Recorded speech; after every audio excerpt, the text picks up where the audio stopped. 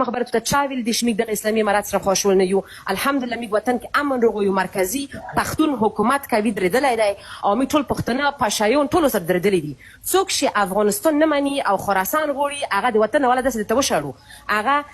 اوس د نر پای سړی پیدا شي ودی چې ما افغان نیستم زه خراسان غوړم یو نر د پیدا شي په غزه کې سارم موتوي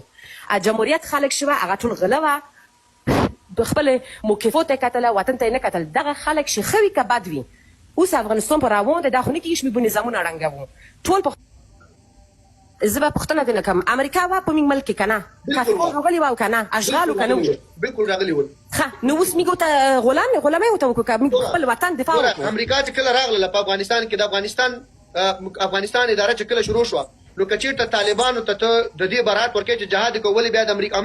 امریکا چې 20 کاله دا ورسره جنګېدلی ولې ورسره مذاکرات وکړو ولې اخر دې ورو نو ته اوس ته څه هدف دی ته غواړې چې جنګ همداسې دوام وي او روان وي که څه مقصد دی ګوره د استقلالیت دپاره نو ته څه فکر کوې خیر جهاد خو لیمټ نه لري که نه جهاد غواړي چې موږ ټول پکې مردون شو او مړه شو او شهیدون شو خو چې دا خلوصدون ولري دا جنګ سره کوم خبرې کوې وروره ګوره ستاسو اسلامي مطالعه لرئ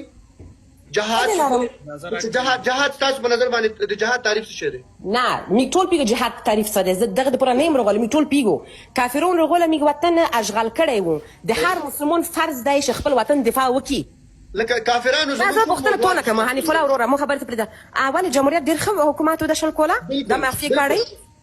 زرچنده د اوسني طالبانو نظام نه زرچنده خو په چیش خو هغه ټول غلې کولې په دوبۍ کې اپارتمان خبرې ته مو پرېږده پکې نه ټارګېټ کېده مکتب پکې جوړېده سړک پکې جوړېده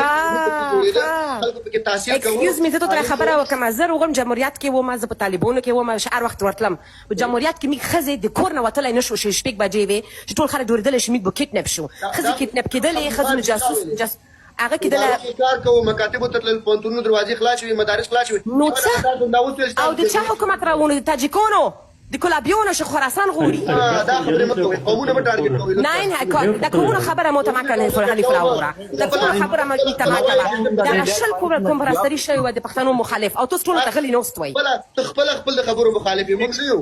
نه ته خپله یې زه خبره کوم ولرګه زه ټول پښتون حنیف الله وروره آیا ته انکار کوې چې د جمهوریت خلکو ټول غلې کولې د افغانستان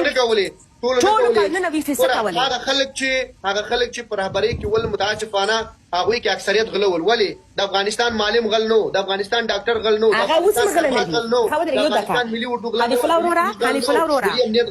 حنیف الله وروره ته دیموکراسي غواړې که نه مو خبرې ته پرېږده چې دومره دیموکرات یې نو ته خو دیموکراسي نه غواړې که د دیموکراسي مملکت نه دی او افراطي نظام ننګه کې ایکسکیوز می زه د دیموکراسي مخالفت کوم زه اسلامي نظام غواړم زه مسلمانه یم زه په جرمني کې شوې یم مو پلور دلته راوستی یم زه دلته شوې یم اوس خو پوهېږې که نه اوس خو I don't کسه زه ته خبرې کوم حنیف الله ورور مو خبرې ته پرېږده تو دپاره به مشکل وي تو دپاره به مشکل وي په اسلامي نظام کې ژوند مو دپاره ډېره اسانه ده مو دپاره هېڅ مشکل نشته ته ځوان شوی یم 20 کاله عمر زما په کفري ته هم دا اوس یو دغه ته قل هو الله احد ووایه معنا یې که الحمدلله مو قرآن شریف په تجوید زده مو سپک ژبې زده د ټولو ډېر اسلامي تعلیم لرم زه ګوره زه په کفري نړۍ کې لوی شوی یم صحیح ده افغانستان ستا په نظر باندې یو کفري نړۍ وه زه به تلاوت وکړم یا قرآن الحکیم ته ترجمه